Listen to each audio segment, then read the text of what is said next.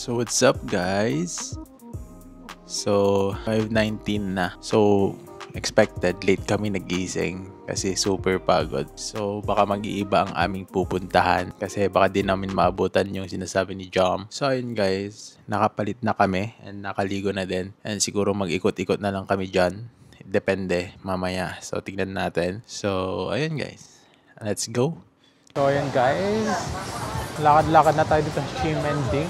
Ang daming pagpipilian, dami ring mga casing dito. So tingnan natin kung may mga pasalubong or may panglalaki doon, maybe nakita ko. Target lock. Robin May Evolution.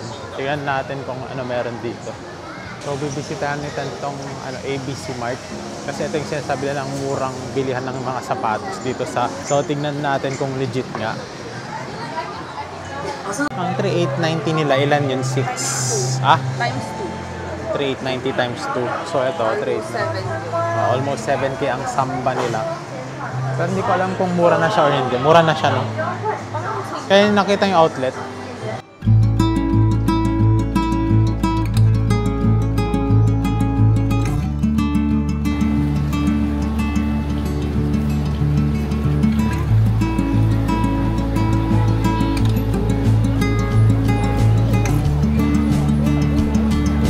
A few moments later.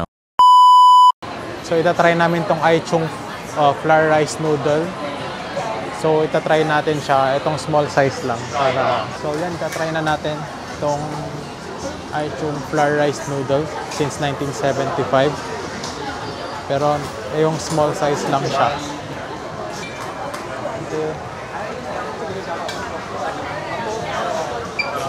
So hot. So meron silang vinegar, garlic, chili. Kung gusto nyo dagdagan, ano gusto nyo dagdag natin? Or yung plain muna? Oh. So try muna natin yung plain natin. Pero mainit pa siya guys.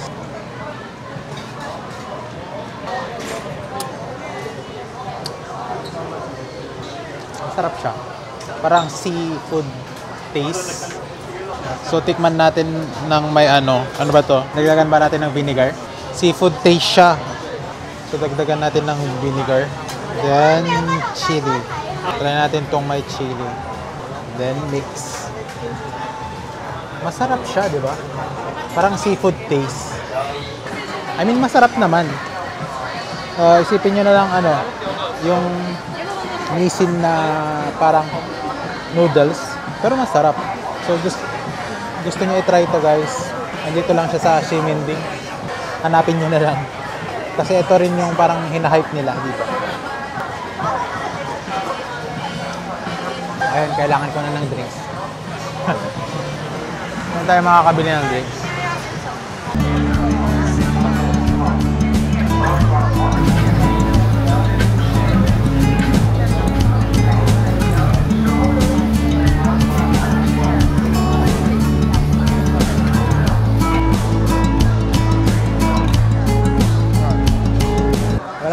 Wala lang silang table. Kaya kanya-kanyang pwesto na lang dito sa malapit sa kanila. Pwede ka sa gilid, ganun. Pwede kang nakatayo.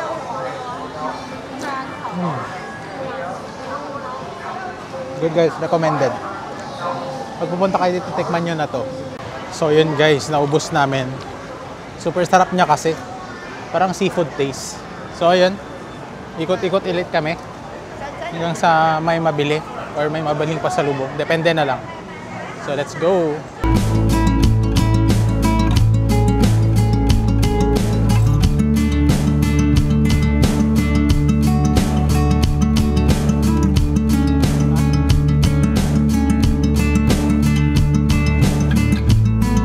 So guys, ito na ata yung Red House. Yan o, Red House na siya. Sa Red House. So actually guys, di ko alam kung anong meron dito. Try na lang natin pumasok kasi libre naman daw. So ito yung Red House. Para siyang souvenir shop sa loob.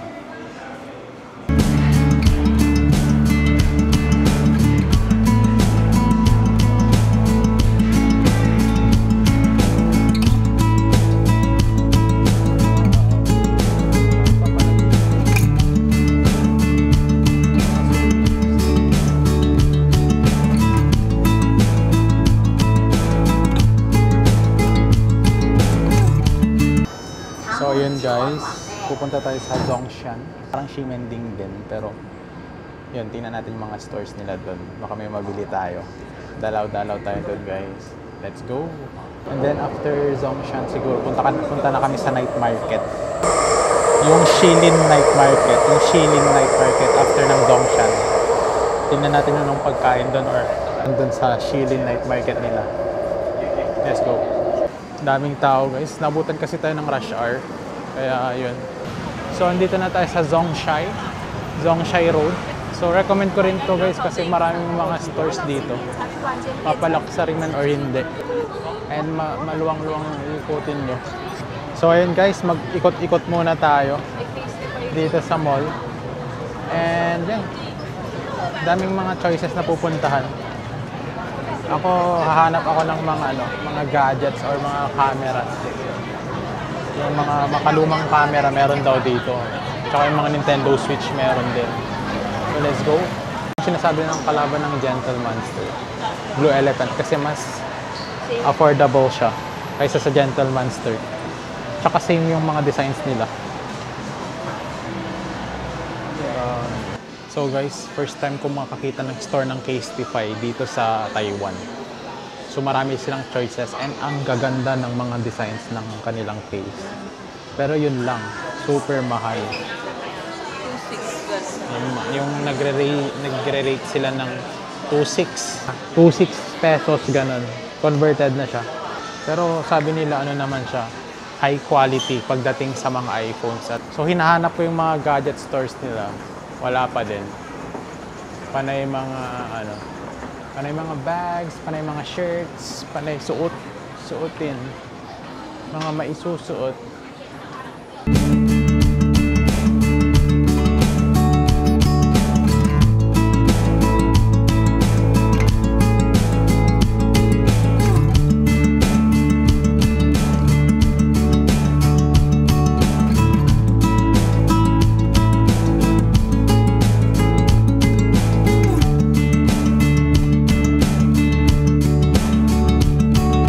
So on the way na tayo guys sa Shilin Night Market.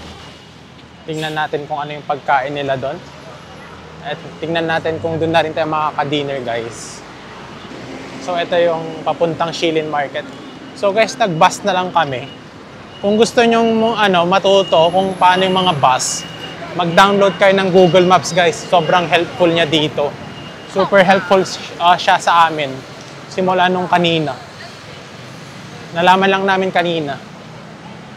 So, tuturuan niya kayo kung saan kayo bababa, kung saan linya kayong bababa ng bus or sa train, kung saan kayo lilipat ng color ng train, ganun. So yun, helpful talaga siya. So kung pupunta kayo dito, yun, mag-download kayo ng Google Maps. So let's go guys. So feel namin ito na yung Shilin Night Market kasi maraming tao at maraming stores. So let's explore this night market. Let's go! Oh, ito na nga yung night market nila guys. Let's explore. May palaruan din sila dito. So let's explore their foods. Dami talagang claw machine. No? Oh, mga suits oh. Mga 200 talaga. Mga t-shirts.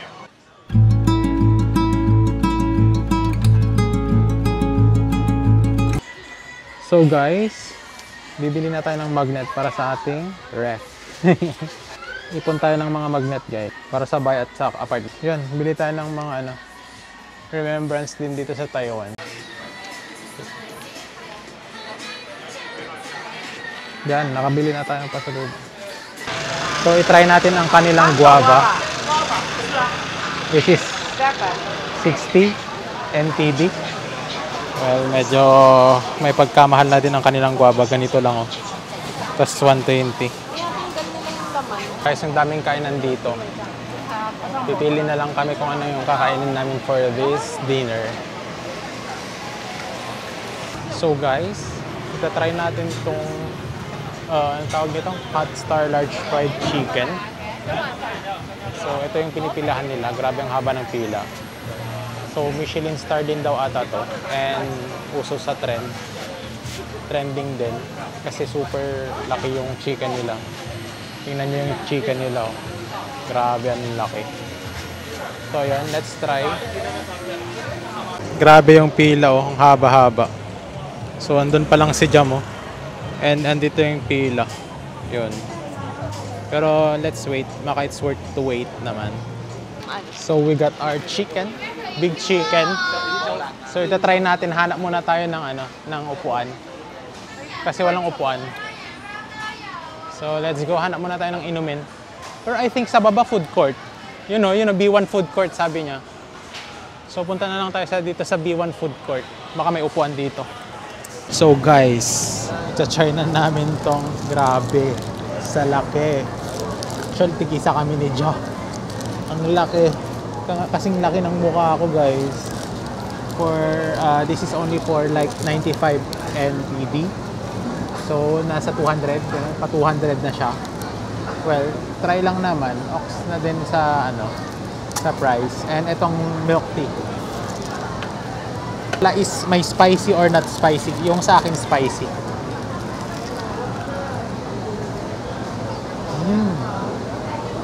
Oh, so good. Grabe. Sarap na ikanin to. Pero feel namin walang single kanin lang yung may kasamang sabaw. So good, guys. Super lambot ng chicken. Kung magkakanin tayo, hindi natin makakarami. Malambot siya, guys. Tapos yung spiciness niya, kung pipiliin nyo, kung inisip nyo yung super spicy, hindi. Sakto lang yung spiciness niya, guys. Hindi yung sobrang manghang. Okay lang siya sa akin. Okay lang din sa mga ibang tao. For normal people, pwede na din to sa spiciness niya. Parang may distinct flavor lang siya na iba. Yun lang. So ayun, guys, hindi muna namin uubusin to kasi may rice sa bahay. Pwede kaming mag-rice dun sa bahay. Oh, grabe. 10 out of 10. Super sarap. Super sarap niya. Worth it yung paghihintay namin. Sarap. So after nito, ikot-ikot muna tayo sa night market nila. And then, hahanapin na namin yung Ichiran Ramen. Kasi magra-ramen ulit kami mamaya. So, kasi for the experience naman yung Ichiran Ramen eh. Well, magja-Japan naman kami this following December or November. Gusto lang namin itry na hindi na kami makapag-antay. So, let's go. So, ayun guys. Papunta na kami dun sa ramen. Ichiran Ramen. Pero medyo malayo siya. How many stops bago dito? So, andito kami sa Jantan. Ito, Jantan. And then, pupunta kami hanggang dito sa Xiangshan. So, dito kami mag-stop. And then, after nun, maglalakad kami ng 500 meters. Maglalakad kami ng 500 meters papuntang Ichiran Ramen. So, yun. Parang yun na rin yung dinner namin. So, try natin. Oh my God, pangarap ko pa yun noon pa na tikman. Pero hindi ko siya sa Japan natikman, dito sa Taiwan. Pero soon, dun sa Japan, sa December or November. So, let's go.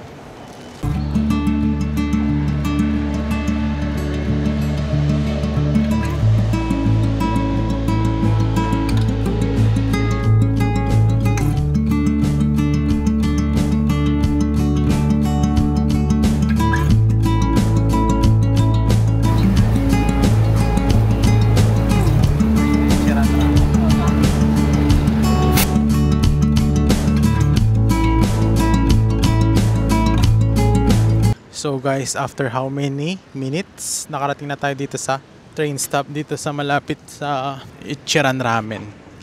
And tignan nyo naman yung view. Taipei 101. So grabe, ang ganda pala ng Taipei 101 pag gabi. A few moments later. Grabe, paikot-ikot kami. Andito lang pala yung ramen, Chiran Ramen. So yun, update guys. Nakailang ikot na kami. Ito pala pababa. So yun, pababa siya guys. Bakit? Ba't sila nag-aantay? So may reservation ata or waiting time. Ask natin kung ilang kami. So update guys. Andito na kami sa Ichiran Ramen. So nakapila pa kami. Nakalinya kami. Ang sabi dito sa app, ongoing yung 1369. Kaya ang number namin 1449. So pa 100 na tao pa bago kami. Grabe, pinipilahan talaga to. So let's see kung makakaintay kami ng matagal dito or next time na lang namin to. Kasi may tour pa kami bukas. So yun, maghintay lang tayo ng content din. Kung mabilis ang pila, we can wait. But if matagal, siguro sa mga last day or second to the last day na lang ang Ichiran Ramen natin dito. So yun, let's wait. Yung yung price ng Ichiran Ramen nila is 310 Taiwanese dollar. So it means like 620 pesos. Okay na din, worth of try naman. And then syempre hindi pa natin last na matitikman to. Matitikpan pa natin to sa Japan. Tignan natin kung anong mas masarap. So let's go. So guys, update. 14 na lang bago kami. So konting tiis na lang. Tapos makakapasok na tayo. Let's go. So ayun guys. Okay. Tinawag na kami. So guys, kailangan namin ng translator. Kasi hindi namin magets tong mga sinasabi dito. So guys, waiting time na kami. So ito ang aking order. Panay regular lang, syempre. First time to try this one.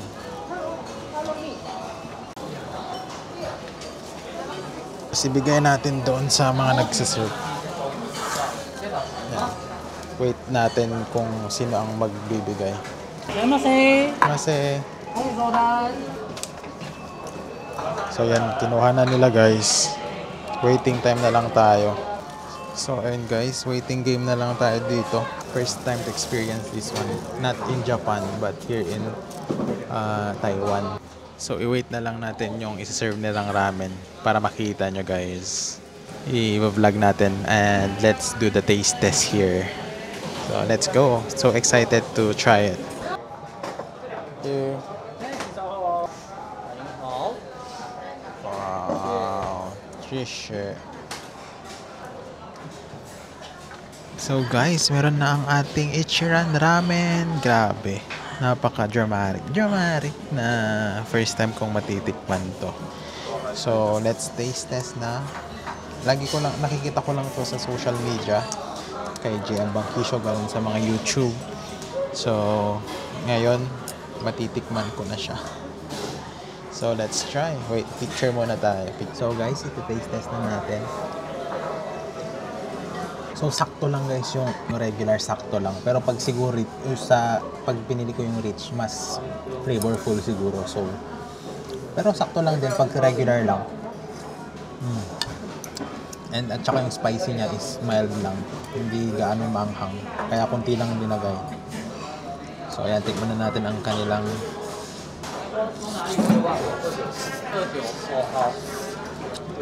grabe. Hindi pa lang Japan to guys. Dito pa lang sa Taiwan to. Paano pa kaya pag sa Japan na originated? Kaya nga, sulit yung waiting time namin guys. Kasi yung waiting time namin pa 1 oras na. Pero mabilis lang naman yung waiting namin. So sulit naman siya. Super sarap, grabe. Sipin mo 100 no? Pang 100 kami. Pero mabilis lang, mabilis yung pila. Out of 10, recommended. Sa mga sa mga magta-Taiwan dyan, recommend kong i-try nyo to. Super sarap. Kahit wala kayong visa, pwede nyo matikma tong Ichiran Ramen. So let's eat muna guys. Tama nang dada. Focus muna dito. simot guys. Oo. Boss. Right after namin kumain, balik na kami sa hotel para magpahinga. Kasi bukas, maaga pa kami para sa tour na group tour namin. I think mga 8 or 9. So, yun guys. Nga pala guys, ang price ng ating kinaing ramen is 310 Taiwanese dollar. So, i-plus mo dun sa soft drinks nating Coke, which is 58 Taiwanese dollars. So, 368 ang total ko as a single person. Hindi dalawa. So, yun. I-menos natin to sa allowance natin. A few moments later. So, ayun guys. Grabe busog. Ngayon, uuwi na kami para magpahinga guys. And kasi bukas, syempre, sa next vlog ko, magtutour kami. Group tour yun. So, medyo chill. Hindi kami maglalakad-lakad. Ngayon, magbabas na kami papuntang hotel. And then yan, papahinga na guys. Yun na yung bus station. No? So, yun guys. Pag nagustuhan nyo tong video na to, please like and subscribe to my YouTube channel. And syempre, i-follow nyo na din yung ibang social media account ko sa AJ Esperanza at Instagram. And sa TikTok naman, AJ Esperanza. And my other TikTok name is AJ is the name. So, dalawa kasi ang TikTok account ko. Bahala na kayo kung saan kayo gustong mag-sub. So, yun guys. Stay safe and see you on my next vlog.